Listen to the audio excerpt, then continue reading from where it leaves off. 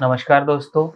Prostate की treatment के बारे में हमारे चैनल पर पहले भी हमने कई वीडियोस के बारे में कई वीडियोस के माध्यम से डिस्कस किया है।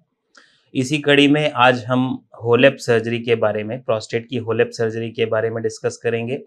होलेप यानी कि holmium laser enucleation of prostate. अब ये प्रोस्टेट का लेज़र सर्जरी जो साधारण भाषा में कहें तो प्रोस्टेट का लेज़र सर्जरी जो पेशेंट इसको काफ़ी इसमें डिमांड भी रहती है और कहते भी हैं इसके बारे में। सामने से पेशेंट कई बार इसके लिए आग्रह करते हैं कि हमें इसी तरह का ऑपरेशन कराना है। पर इसके क्या फ़ायदे नुकसान हैं, ये प्रोसीजर आखिर होता क्या है, इसको पूरी तरह से इस वीडियो में हम समझेंगे। दोस्तों, प्रोस्टेट ग्रंथि जैसा कि पहले भी मैं बता चुका हूँ, पेशाब की थैली के नीचे एक अखरोट के शेप का ग्लैंड होता है जो हमारे पेशाब की नली के चारों ओर स्थित होता है। अब ये जब साइज़ में बढ़ जाता है 50 साल की उम्र के बाद जनरली कुछ हार्मोनल चेंजेस बॉडी में ऐसे आते हैं जिसकी वजह से इसका साइज़ बढ़ जाता है। इसके साइज़ के बढ़ने से पेशाब की नली के ऊपर दबाव पड़ता है और पेशाब अवरोधित होता है। पेशाब खुलकर करने में दिक्कत होती है। शुरुआत में तो इसको दवाइयों से ट्रीट करने की कोशिश की जाती है और 60 से 70% मरीजों में सक्सेसफुली दवाओं से ही ये इसका ट्रीटमेंट हो जाता है। लेकिन जब दवाइयाँ देने के बावजूद पेशाब रुक रहा हो, किडनी में सूजन आ रहा हो, किडनी का फंक्शन प्रभावित हो रहा हो, बार-बार पेशाब में खून आ रहा हो या बार-बार पेशाब में इन्फेक्शन हो रहा हो दवाइयाँ चलाने के बावजूद, या पेशाब पूरी तरह से रुक रहा हो और नली डालने की ज़रूरत पड़ रही हो, तब हमें सर्जरी की ज़रूरत पड़ती है। तो प्रोस्टेट की सर्जरी करने के कई तरीके होते हैं। एक जो सबसे कॉमन ऑपरेशन है TURP, जिसमें कि एक विशेष दूरबीन डालकर और एक गर्म वायर के मदद से इलेक्ट्रिक करंट पास करके और प्रोस्टेट के अंदर ही अंदर से चिप्स निकाले जाते हैं। इस ऑपरेशन को हम डिटेल में एक दूसरे वीडियो में डिस्कस कर चुके हैं। इसके अलावा TUIP या BNI ऑपरेशन, जिसमें कि पेशाब की थैली के मुंह पे जहाँ प्रोस्टेट स्थित होता है वहाँ 2 छोटे-छोटे चीरे लगा दिए जाते हैं, जिससे पेशाब का रास्ता जो है थोड़ा खुल जाता है, ढीला पड़ जाता है और पेशाब अच्छी तरह से आने लगता है। बहुत छोटे प्रोस्टेट में इस ऑपरेशन को प्रेफ़र किया जाता है। इसके अलावा होलेप सर्जरी, जो हम आज इसके बारे में डिटेल में बात करेंगे।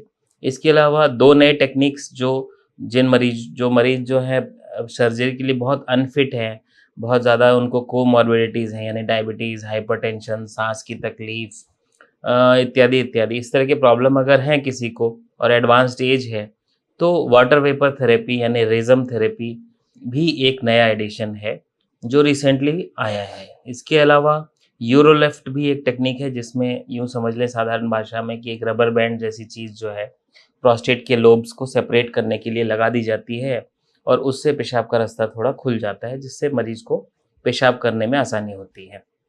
तो होलेप टेक्निक के प्रोसीजर की अगर मैं बात करूँ, तो इसमें बस एक विशेष दूरबीन होती है, एक लेज़र मशीन होती है जो लेज़र प्रोड्यूस करती है और इससे निकलने वाली एक सिलिका फाइबर जो है इस विशेष दूरबीन के अंदर जाती है। इस विशेष दूरबीन को हम पेशाब के जो नेचुरल हमारा पेशाब जहाँ से हम करते हैं, उस रास्ते में डालते हैं और प्रोस्टेट ग्रंथि तक पहुँचते हैं। प्रोस्टेट ग्रंथि तक पहुँचने के बाद प्रोस्टेट का जितना अंदरूनी हिस्सा है, जिसको एडिनोमा हम बोलते हैं, उसको बाहर के हिस्से यानी कैप्सूल से पूरी तरह से लेज़र एनर्जी की मदद से अलग कर दिया जाता है। जब ये एडिनोमा अलग हो जाता है, तो इस एडिनोमा को पेशाब की थैली के अंदर डाल दिया जाता है। इसके बाद एक दूसरी मशीन होती है जिसको मॉर्सिलेटर कहते हैं, जिसकी मदद से हम इस एडिनोमा को छोटे-छोटे टुकड़ों में बाँट देते हैं और उसी में लगे सक्शन के मदद से ये टिश्यू शरीर के बाहर आ जाता है। इसके बाद पेशाब के रास्ते में नली डाल दी जाती है। ये नली 24 से 48 घंटे में शरीर से बाहर निकाल दी जाती है और जिसके बाद आप पेशाब अच्छी तरह से करने लग जाते हैं। तो ये तो रहा प्रोसीजर की बात। आइए जानते हैं कि इसके एडवांटेजेस क्या हैं। Holmium laser enucleation of prostate का मेन एडवांटेज मैं कहूँ तो, हालांकि स्टडीज़ में अगर जो देखा गया है, TURP और holmium laser enucleation of prostate के रिजल्ट्स बराबर ही हैं, जितने भी रिसर्च हुई है। लेकिन अगर कुछ आर्टिकल्स पे फोकस करें, कुछ ऐसी बातें देखें, तो जिन मरीजों को एंटीप्लेटलेट या ब्लड थिनर या खून पतला करने की दवाइयाँ चल रही हैं, उनमें ब्लीडिंग के चांसेस टीयूआरपी के कंपैरिजन में होल्मियम लेज़र इन्यूक्लिएशन में थोड़े कम है। हालाँकि टीयूआरपी में भी आजकल ट्रांसफ्यूजन रेट्स बहुत ही ना के बराबर है। हमें कभी इतने सालों में टीयूआरपी करके ब्लड चढ़ाने की ज़रूरत रेयरली कभी पड़ी है एक आध मरीज में, वरना जनरली नहीं पड़ती है।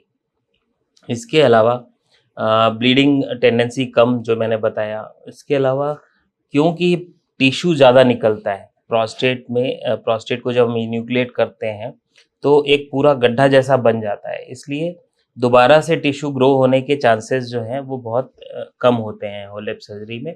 होलेप सर्जरी में ये दर जो है वो 1 से 2% ही रहती है, जिसके कंपैरिजन में टीयूआरपी करने के बाद लगभग 5 से 10% मरीजों को प्रोस्टेट दोबारा ग्रो कर सकता है।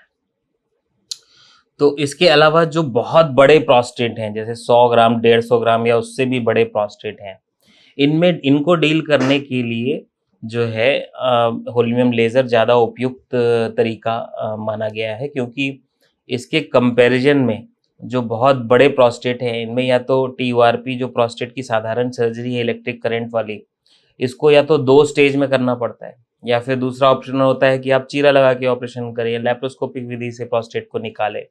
तो ये इन सब ऑपरेशंस की तुलना में holmium laser E nucleation of prostate बहुत बड़े प्रोस्टेट जो होते हैं 100 ग्राम से ऊपर के प्रोस्टेट, उनमें जो है वो ज़्यादा उपयुक्त सिद्ध होता है। तो ये तो हो गई तुलना की बात। यही इसके एडवांटेजेस भी हैं, यानी कि ब्लीडिंग कम, दोबारा ग्रोथ होने के चांसेस कम, और बहुत ज़्यादा बड़े प्रोस्टेट जो हैं उनमें ये अच्छा मतलब विकल्प सामने आता है।